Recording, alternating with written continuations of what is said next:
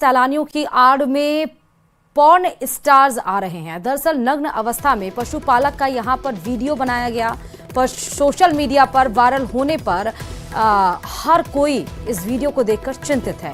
तनोट थाना पुलिस ने मामला दर्ज किया है। पुलिस ने लोगों से वीडियो शेयर नहीं करने की चेतावनी दी है। पुलिस अब मामले की जांच कर रही है। तो जैसलमेर से बड़ी खबर है ये इस वक्त की, जहां पर आपको ये बता दें कि सैलानियों की आड़ में आ रहे हैं यहां पर पॉर्न स्टार। नग्न अवस्था में पशुपालक का यहां पर वीडियो बनाया जा रहा है और ये सोशल मीडिया पर अपलोड भी किया जा रहा है। सोशल मीडिया पर अपलोड होने पर जो भी इसको देख रहा है हर कोई टेंशन में आ जा रहा है। हालांकि इस मामले में पुलिस को शिकायत दी गई है और तनोट थाना पुलिस ने मामला दर्ज कर लिया है और पुलिस ने लोगों से ये वीडियो ना शेयर करने की चेतावनी भी दी है। और अब पुलिस मामले की जांच कर रही है कि किस सोर्स से ये वीडियो, अश्लील वीडियो बनाया गया है, कौन इस मानसिकता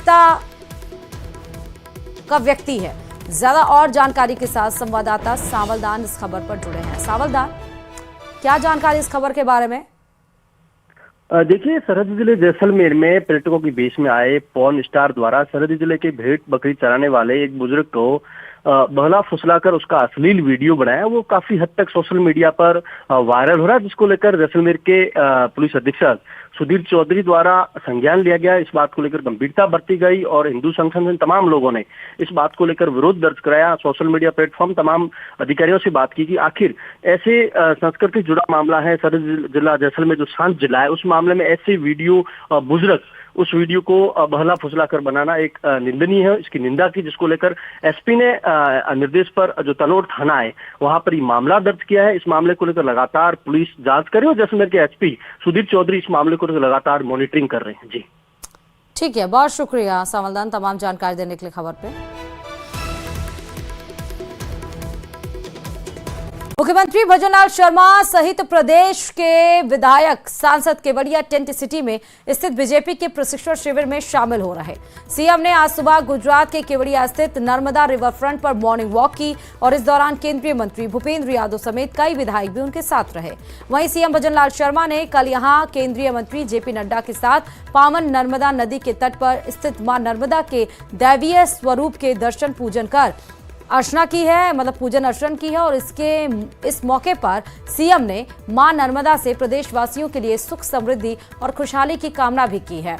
इसके बाद भजनलाल शर्मा और जेपी नड्डा ने नर्मदा नदी के किनारे स्थित विश्व की सबसे ऊंची प्रतिमा स्टैचू ऑफ यूनिटी स्थल पहुंचकर लौह पुरुष व सरदार वल्लभ भाई पटेल को श्रद्धांजलि अर्पित की। और इस मौके पर सीएम भजनलाल शर्मा ने कहा, सरदार वल्लभ भाई पटेल की यह भव्य प्रतिमा भारत के एकीकरण के महानायक के अतुलनीय साहस, दूरदर्शिता एवं राष्ट्र प्रेम का जीवंत प्रतीक है। इस दौरान केंद्रीय मंत्री भूपेंद्र यादव और सांसद मदन राठौड़ भी मौजूद रहे।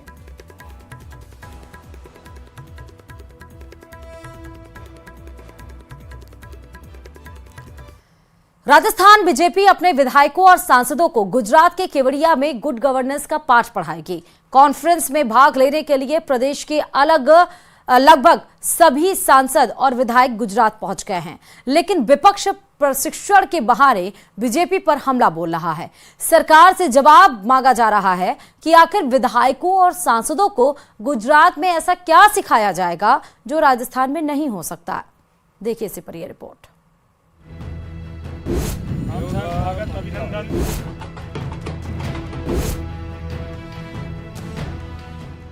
बीजेपी ने भले ही गुजरात के केवड़िया में अपने सांसदों और विधायकों को गुड गवर्नेंस, जनता से संवाद और सरकारी योजनाओं को लागू करने के लिए 3 दिन के ट्रेनिंग कार्यक्रम को चलाया हो, लेकिन विपक्ष इस पर सवाल खड़े कर रहा है। पूर्व सीएम अशोक गहलोत ने तो सोशल साइट एक्स पर एक बड़ा सा पोस्ट किया, जिसमें उन्होंने बीजेपी को खूब खरी खोटी सुनाई। बीजेपी के प्रशिक्षण शिविर को लेकर अशोक गहलोत ने कहा कि अगले कुछ दिनों तक राजस्थान के मुख्यमंत्री समेत पूरी सरकार और भाजपा विधायक दल गुजरात में आलीशान टेंट नुमा रिजोर्ट में प्रशिक्षण लेने जा रहा है। ऐसा पहली बार देखा जा रहा है जब सरकार बने 1.5 साल होने के बाद प्रशिक्षण दिया जा रहा है। क्या भाजपा हाईकमान को लगता है कि 1.5 साल में राजस्थान की सरकार विफल हो चुकी है, इसीलिए प्रशिक्षण देने की आवश्यकता है? इस प्रशिक्षण में ऐसा क्या होगा जो राजस्थान में नहीं किया जा सकता? जब हमारी सरकार के दौरान अंतर्राष्ट्रीय आयोजन G20 की बैठक जयपुर, उदयपुर आदि शहरों में हुई तो भाजपा के मुख्यमंत्री और विधायकों का प्रशिक्षण राजस्थान के बाहर करवाने की नौबत क्यों आई? जब राज्य की जनता बिगड़ चुकी कानून व्यवस्था, गर्मी में पानी और बिजली की कमी, चिकित्सा सुविधाओं के बंटाधार से त्राहिमाम कर रही है, तब भाजपा की पूरी सरकार मौज मस्ती के लिए गुजरात में है। राजस्थान की जनता इसे याद रखेगी। मेरा कोई मानसिक संतुलन नहीं बिगड़ा है।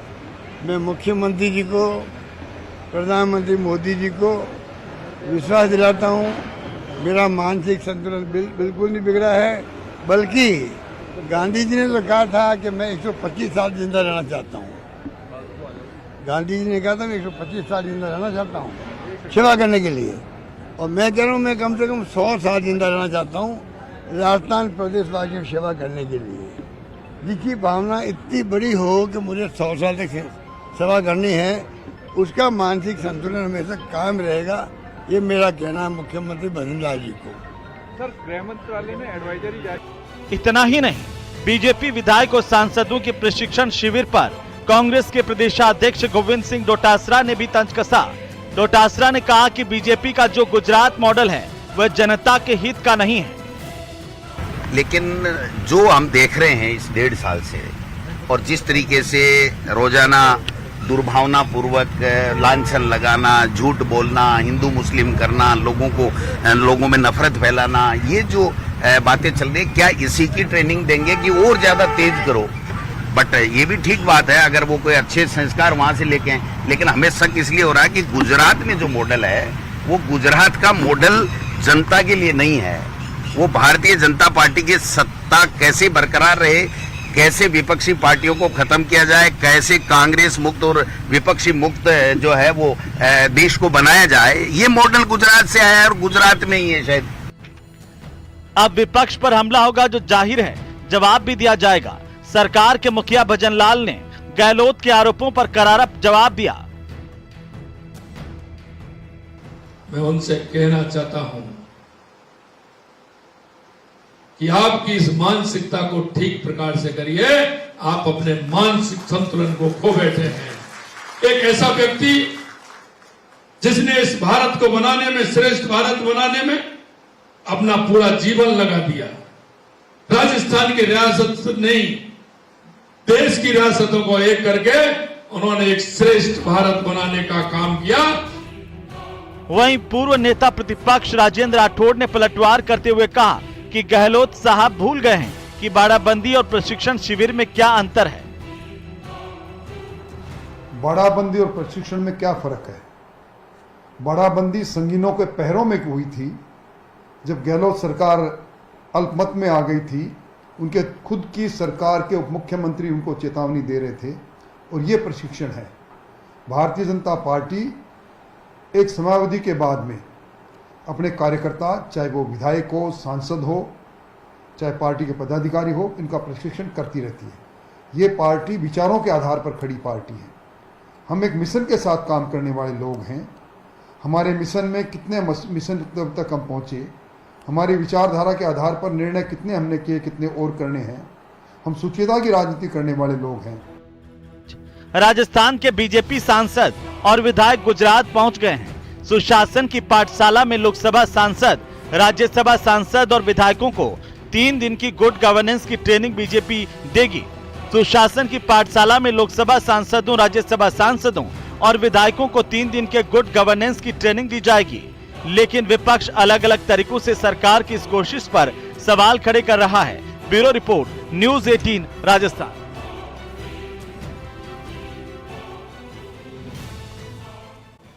जोधपुर से, जहां पर पाकिस्तान से तनाव के बीच मॉक ड्रिल की तैयारियां पूरी तरीके से शुरू कर दी गई हैं। जोधपुर में 18 जगह पर सायरन लगाए गए हैं। केंद्र सरकार ने देश के कई जिलों को दरअसल निर्देश दिए हैं।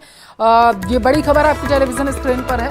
भारत की तैयारी जो है वो लगभग पूरी हो चुकी है। हमले का काउंटडाउन शुरू हो चुका है। इस वक्त की ये बड़ी खबर आपके टेलीविजन स्क्रीन पर है। जानकारी ये है कि दरअसल बैठक हुई थी बीते दिन और राज्यों को निर्देश दिए गए थे कि 7 तारीख को जो है वो मॉक ड्रिल की जाएगी और इस दौरान सायरन जो है उनके जरिए वहां पर मॉकड्रिल की प्रक्रिया को आगे बढ़ाया जाएगा। और जानकारी ये सामने निकल कर आ रही है कि जोधपुर में 18 जगहों पर सायरन लगाए गए हैं। ये वो सायरन है, जब मॉकड्रिल की जाएगी तो उस दौरान इनसे आवाज़ जो है निकल कर सामने आएगी और उससे लोगों को सतर्क रहने की सलाह दी जाएगी कि आखिर जब सायरन बजेंगे तो किस तरीके की गतिविधियों को अंजाम देना है, कैसे लोग सुरक्षित स्थानों पर जाएं, इसके बारे में तमाम तरीके की तैयारियां वहां पर की जा रही हैं। तो पहलगाम में हुए आतंकी हमले के बाद लगातार केंद्र सरकार हर वो कदम उठा रही है जिससे पाकिस्तान में दहशत में सरकार आ जाए। और यही वजह है कि एक बार फिर से बीते दिन जब बैठक की गई तो ये फैसला लिया गया कि बॉर्डर इलाके से सटे जो इलाके हैं वहाँ पर मॉकड्रिल की प्रक्रिया को आगे बढ़ाया जाएगा, मॉकड्रिल की जाएगी और इसकी तैयारी शुरू कर दी गई है। 18 जगहों पर, जोधपुर की बात करें तो वहाँ पर सायरन लगाए गए हैं और इसके ज़रिए आप कल तस्वीरें सामने निकल कर आएंगी। जब मॉकड्रिल की जाएगी तो ये सायरन जो हैं ये आवाज़ करेंगे और इससे लोगों को सतर्क रहने की सलाह दी जाएगी। दरअसल तब जब आतंकी हमला होगा, मतलब माना ये जा रहा है सरकार की तरफ से कि जब आतंकी हमला होता है तो कैसे खुद को सतर्क रखना है वो इसके जरिए समझाया जाएगा। ज्यादा जानकारी लेंगे संवाददाता जोधपुर से हमारे साथ जुड़ चुके हैं चंद्रशेखर, जोधपुर में 18 जगहों पर सायरन लगाए गए हैं, जरा तस्वीरें दिखाइए, विस्तार से बताइए आप। देखिए, बात करें तो जो होटल लगाए गए जिन्हें सायरन कहते हैं, जोधपुर में पहले से ही 18 जगह पर सायरन लगे हुए थे। इसके अलावा 3 जो है जो चलायमान सायरन है, जो मैं आपको सैंपल दिखा देना चाहता हूँ। आप देख सकते हैं ये सायरन जो है यहाँ पर जो ऐसे 3 सायरन है जो घटना स्थल पर ले जाकर इस तरह से जो है इसको चलाया जाता है। इसको इस तरह से मोड़ेंगे अगर तो इसका ये दरवाजा खुल जाता है, उसके बाद इसको घुमाया जाता है। क्योंकि आप देख सकते हैं ये जो आवाज आ रही है इस तरह की आवाज करके जो है लोगों को जागरूक किया जाता है ताकि लोग सुरक्षित स्थान पर जा सके। और जो सिविल डिफेंस की टीम है उसने तैयारियां शुरू की है। देख सकते हैं कि जो फायर ब्रिगेड की गाड़ियां हैं, अलार्म है, इसके अलावा तमाम संसाधन जो है यहाँ पर बाहर निकाल कर उनको रीचेक किया जा रहा है कि जब ऐसी स्थिति आएगी युद्ध काल की तब जो है इनका उपयोग लिया जा सके। अगर बात करें तो जब युद्ध होता है उस दौरान जो पूरे शहर में जो है बंकर खोदा जाता है, छोटी छोटी खाइयां खोदी जाती है और इस तरह का जब अलार्म बजता है तब जो है उस बंकर में लोगों को छिपने की हिदायत दी जाती है, लोगों को सुरक्षित जगह पर जाने की हिदायत दी जाती है। सिविल डिफेंस की टीम के लोग जो है फिलहाल एक कमरे में मीटिंग चल रही है, वहां पर तैयारियों को लेकर बात कर रहे हैं। हम वहां पर पहुंचकर उनसे बात करने का प्रयास करेंगे, जानने का प्रयास करेंगे किस तरह की जो तैयारियां उनके द्वारा की गई है। आप देख सकते हैं ये जो फायर ब्रिगेड और जो नागरिक सुरक्षा का ऑफिस है, यहाँ पर जो है तमाम कर्मचारी अंदर है, उनसे बात करने का प्रयास करेंगे, जानेंगे क्या क्या तैयारियां की गई है। आप देख सकते हैं कि जो तमाम कर्मचारी उनको उनका दायित्व समझाया जा रहा है। आप देख सकते हैं सर जिस तरह से वो तमाम मशीनरी निकाली गई है और सर जो तमाम मशीनरी निकाली गई क्या क्या जांच की जा रही है, किस तरह की तैयारी है? आप एडीएम साहब से थोड़ा बाइट करो। एडीएम साहब आप इस चीज को संभालते जानते हैं तो क्या चीज, किस चीज में? जब जो ये मॉकड्रिल करनी उसको लेकर क्या तैयारी की जा रही है? अभी सभी जो नगर निगम क्षेत्र में जो हमारे वो हैं साइलेंस पॉइंट्स हैं उन सभी को हम टेस्ट करवा रहे हैं वापस। वैसे अभी फुल वर्किंग में है सारे के सारे साइलेंस हमारे, और जहाँ भी हैं हम उनको मैनुअली ऑपरेशन की दिशा निर्देश दे रहे हैं और सेक्टर वार्डन सभी के हम वो मीटिंग अरेंज कर रहे हैं। सर आप जो युद्ध काल की स्थिति होती है, जो जिस तरह से निर्देश दिए गए हैं कि मॉक ड्रिल की जाएगी, इसके अलावा आम नागरिक और स्टूडेंट्स को भी इसमें सम्मिलित होना है जी, तो उनको लेकर क्या प्लान है, क्या समझाना है जी? हमारे यहाँ हमने करीब 500 आपदा मित्रों की ट्रेनिंग करवाई हुई है जो इसी उद्देश्य से करवाई गई है कि किसी आपातकालीन स्थिति में उनका वो सहभागी बन सकें। सर जब मान लो हवाई अटैक होता है तो बम बरसाए जाते हैं, ऐसे में जो बंकर खोदना, छोटे छोटे खाइयां खोदना, ये भी चीजें जो 65 और 71 में की गई थी, इस बार क्या चेंज रहेगा, ऐसा कुछ किया जाएगा? जी सर इसके अलावा अगर बात करें तो जिस तरह से कोई आपदा होती है तो लोगों की जान बचाने के लिए क्या क्या तैयारी है? अभी तक तो सभी हमारी स्थिति यही है, सभी वार्डन सेवाओं के जो पदाधिकारी हैं उन सभी को प्रशिक्षण, आम नागरिकों को प्रशिक्षण देने के भी किस तरह से वो अपना बचाव करें, ऐसे खुले में जाने की कोशिश करें जिससे बिल्डिंग कोलैप्स हो तो वो उसमें दबने उससे बचने की प्रयास करें। उससे बचने का प्रयास करें। देखिए सर, बात करें सिविल डिफेंस के जो जवान हैं, उनकी हौसला किस तरह का, क्या सोच के रखा है? अगर युद्ध होता है तो क्या स्थिति रहेगी, किस तरह से काम करेंगे आप? युद्ध होता है तो हम हमारे पूरे जोश से काम करेंगे और हमारी सारी टीम है जोधपुर की, सब एकदम तैनात है और अपना सारे सामान के साथ तैयार है।